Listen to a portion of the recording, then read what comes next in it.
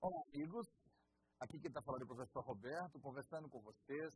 Nós vamos fazer um comentário aqui geral sobre a prova de filosofia, tá ok?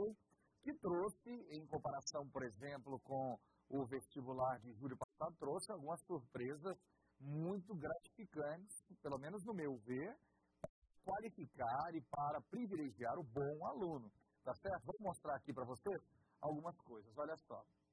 Então, os níveis de dificuldade, veja, nós tivemos aqui, ó, esses níveis que nós constatamos, tá ok? Nós tivemos 3 questões de nível fácil, 5 questões de nível médio e 2 questões de nível difícil.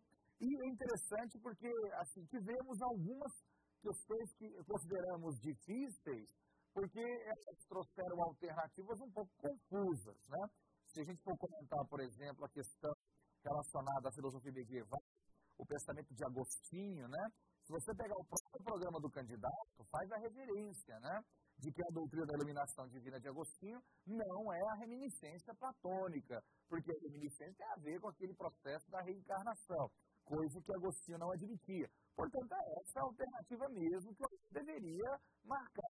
Mas, ao mesmo tempo, na letra B, quando fala de observação, a experimentação, a aplicação dos princípios da geometria sobre os fenômenos naturais.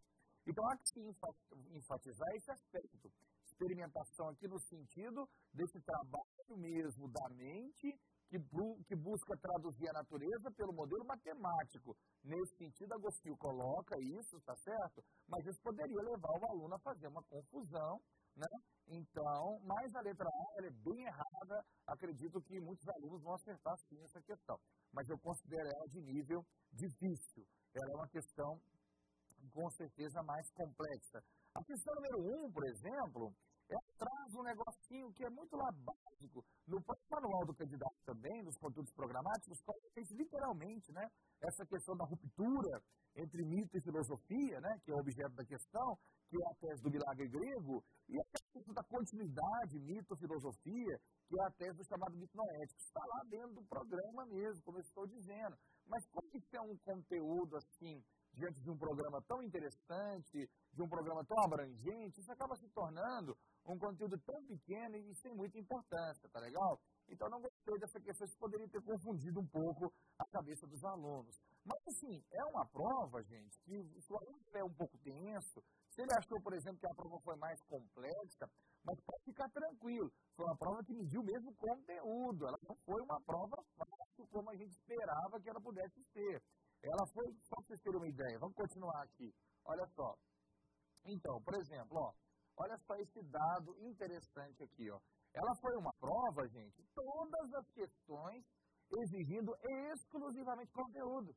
Ou seja, você teve em todas as questões, os enunciados não ajudavam você a responder, não. Se o aluno não soubesse o conteúdo, ele não faria essa prova.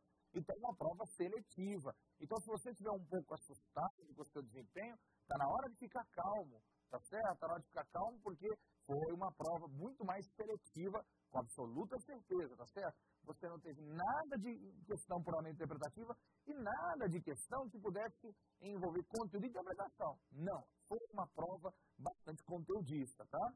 E veja, aqui para a gente seguir agora, ó. Aqui, outra coisa interessante, você teve poucas questões interdisciplinares, tá certo? As questões interdisciplinares, claro, envolvendo o pensamento de Thomas Hobbes, né? Filosofia política moderna, Estado moderno, que tem muita relação com a história mesmo, né? É verdade? E, claro, a questão relacionada com Karl Marx, que também, claro, a gente sempre coloca Marx, que é um dos clássicos da sociologia, mas, ao mesmo tempo, também presente na prova da filosofia, muitos conteúdos como a questão do trabalho, que é muito pertinente ao assunto da sociologia também, tá certo? Bom, mas gostei da prova, acho que os nossos alunos se saíram muito bem, porque tudo foi muito trabalhado em sala de aula, algumas coisas, inclusive, nós temos na aula de véspera e veio, a gente fica muito feliz com isso, nas semanas de revisões, né, todos os conteúdos foram abordados, então, assim, eu estou muito satisfeito, porque isso é um passo importante, né? Que exige mesmo do aluno o seu interesse pela filosofia, o seu interesse pelo discurso filosófico, então premia principalmente os alunos que se dedicam ao estudo, tá certo? Bom, então é isso, nós vamos terminar por aqui. Um grande abraço a todos e até mais.